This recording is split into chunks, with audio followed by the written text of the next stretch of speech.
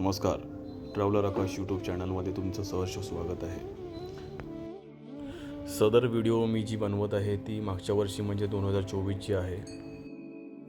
अगदी कमी शुल्कामध्ये कमी पैशामध्ये आपण इको फ्रेंडली डेकोरेशन कसं करू शकतो हे मी या व्हिडिओमधून सादर करणार आहे. तर तुम्ही नक्की बघा. फर्स्ट थिंग म्हणजे लोखंडाचा स्टँड जो आहे ऑलरेडी मी मुंबईवरून मागवला होता. तो मी दरवर्षी लावतो, त्याला मॉडिफिकेशन करतो. त्याच्यानंतर मी पुट्टे लावलेत कारण त्याप्रमाणे माझं डेकोरेशन येणार आहे. आणि आत्ता होईल ती माझ्या डेकोरेशनची खरी सुरुवात. हनुमान महाराजांचं बॅनर आणलं आहे. अप्रॉक्सिमेटली 5 ते 5.5 फूट त्याची उंची असेल. त्याला मी साईज वाईज कट करून घेतो आहे कारण बॅनरची थिकनेस खूप पातळ आहे. त्याच्यामुळे मी पुट्ट्याला सपोर्ट घेतो आहे आणि त्याला कोरीव करतो आहे. त्याच्यामुळे ते पाठीमागे चांगलं बसेल.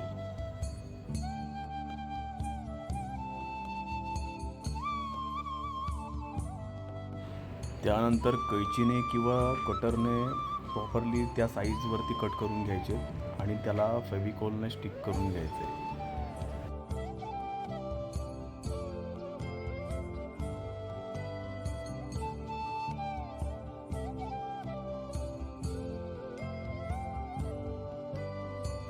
स्टिक करून झाल्यावरती पुट्टा ओला होण्याचे चान्सेस जास्त असतात. त्याच्यामुळे घरात हेअर ड्रायर वगैरे असेल तर ते कॉर्नरनी किंवा मध्ये पूर्ण मारून घ्यायचं. त्याच्यामुळे तो पुट्टा कडक होतो.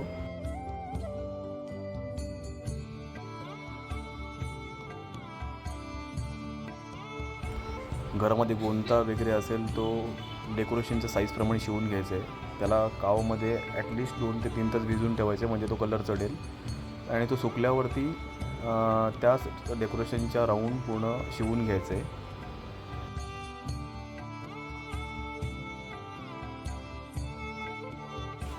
घरगावी कोकणात असल्यामुळे शिवरीची फांदी, आंब्याची फांदी, वडाची वेल हे सगळं गावी तर सहसा कुठेही भेटतं. ते शेपसाठी मी घेतलं आहे, समोर फ्रंट व्ह्यूसाठी.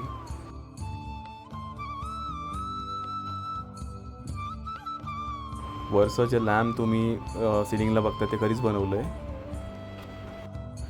लॅम्प मला ठेवायचा होता कारण तो मला इकडे तिकडे फिरवायचा होता. तर ते तुम्हाला पुढच्या व्हिडिओमध्ये कळेल.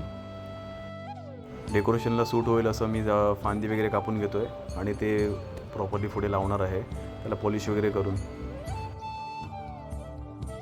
गोंडा शिवायला, झाडं वगैरे लावायला किंवा फांदी वगैरे लावायला साधारणतः रीळचा वापर करा. चांगला रीळ घ्या, चांगला धागा घ्या, सुईदोरा घ्या म्हणजे ते जेणेकरून तुटणार नाही. हनुमंताचं पोस्टर पण मोस्टली मी सुईदोराने शिवून घेतो आहे जेणेकरून ते टाईट राहील आणि ऐन वेळेला तुटणार म्हणजे खाली पडणार नाही. हे माझ्या कोकणातलं घर आहे जे खेड तालुक्यामध्ये आहे, कवठी गावामध्ये. हे बघू शकता. गणपतीचं डेकोरेशन म्हटलं की सगळं गडबडच असते. इकडे तिकडे सगळं पडलेलं सामान 5 ते 6 दिवस आम्हाला आधी यायला लागतं हे डेकोरेशन करण्यासाठी. खूप गडबड असते आणि मला तर डेकोरेशन करण्याची खूप आवड आहे. ही सगळी गावची पोरं आजूबाजूची म्हणजे खूप मजा असते ती वेगळी.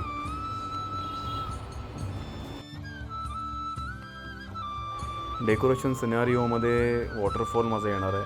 हे तर डेफिनेटली घरी एक होतं बनवलेलं फायबरचं, ते तर मी यूज करतो आहे. भरपूर ठिकाणी हे लिकेज पण झालेलं आहे. तर आम्ही मशीन लावून एकदा चेक करू की बरोबर हे चालतं आहे की नाही. पाणी खेचण्याची मशीन म्हणजेच वॉटर फाउंटन हा विकत आणला आहे मी मुंबईवरून वॉटरफॉलसाठी. फ्लेक्झिबल पाईप घेतला आहे 1.5 ते 2 मीटरचा. गरम करतो आहे कारण ते तोटी वगैरे निघायला नको आणि लिकेज टेन्शन फ्री व्हावं.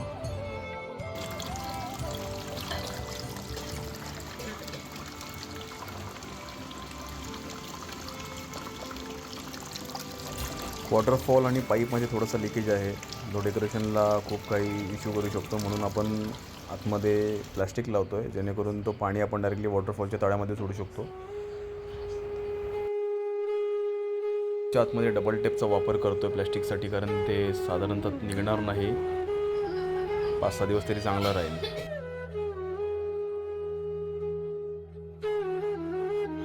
शोभेल अशा जागी वॉटरफॉल आम्ही ठेवलेला आहे.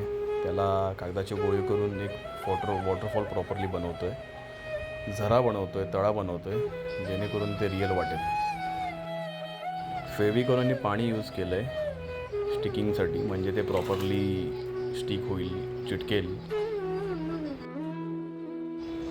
वॉटरफॉल भोवती विटांचं बांधकाम म्हणजे 2 थर लावलेत, त्याच्यामुळे ते पाणी अडवेल आणि ते पाणी बाहेर नाही जाणार. प्लास्टिक आणलेत, ते प्लास्टिक मी राऊंडमध्ये लावलेत जेणेकरून ते पाणी बाहेर नाही जाणार, लिकेज नाही होणार.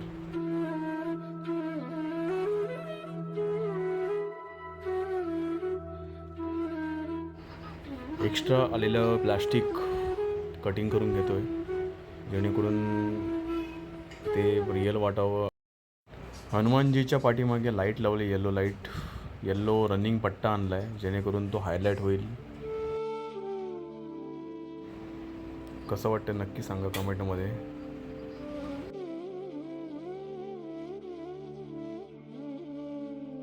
जुनं झालेल्या वॉटरफॉलला वॉटर कलरनी कलर मारून घेतो आहे जेणेकरून ते थोडं रिअल वाटेल आणि छानसुद्धा वाटेल.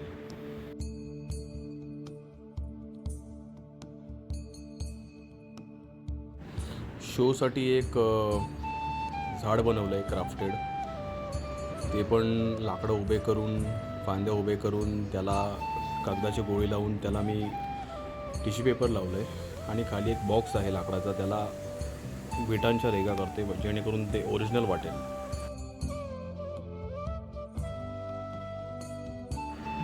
बाकीच्या वरती वेली आहेत, जे पानं आहेत ते सगळे मी बाहेरूनच आणलेत मुंबईवरून. बाहेर कुठेही भेटतात प्लास्टिकच्या वेली, पानं वगैरे, ते तुम्ही शोसाठी लावू शकता सोयीस्करप्रमाणे. आणि बाकीच्या तुम्हाला वेली दिसत आहेत त्या तर वडाच्या वेली आहेत. वरती जे लॅम्प लावले DIY लॅम्प, ते मी फोकस केले वेलीवरती जेणेकरून माझ्या वेली आयडेंटिफाय होतील आणि त्या क्लिअरली दिसतील. वॉटरफॉलच्या बाजूला विटांचं बांधकाम केलं आहे, त्याच्यावरती वॉटर कलरनी लाईन आखतो आहे जेणेकरून ते दगडीचं बांधकाम वाटेल, तटबंदी वाटेल आणि ते तळं प्रॉपरली ओरिजिनल वाटेल.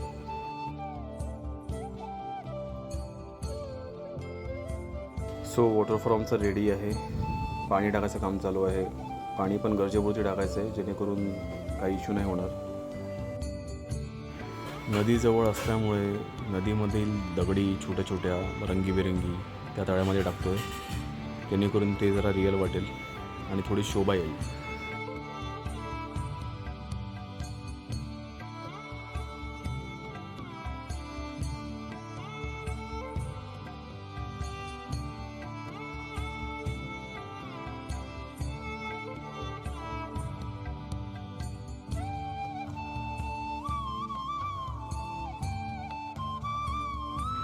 प्लास्टिकची वेली, फुलं, कमळ फुलं हे शोभेल असे लावावे जेणेकरून ते ओव्हर वाटणार नाही आणि सूट पण होईल.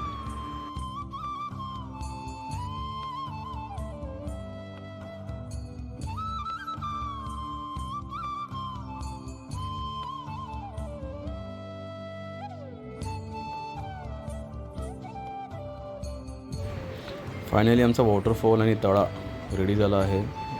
फायनल बघू शकता तुम्ही. काही चेंजेस असेल तर नक्की कमेंटमध्ये करा, कमेंटमध्ये सांगा.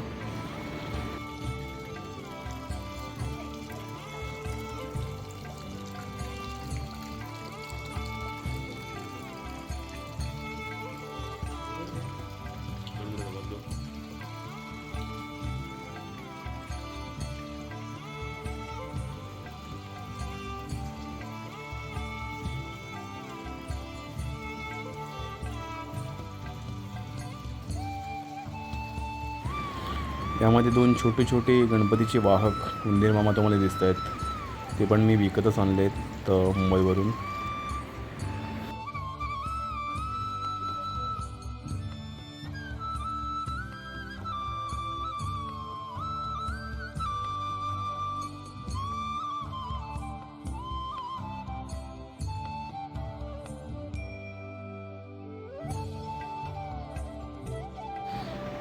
गणपती बाप्पा मोरया, मंगलमूर्ती मोरया. गणपती डेकोरेशन स्पर्धा यामध्ये माझा 2रा नंबर आलेला आहे कवठी पंचक्रोशीमधून.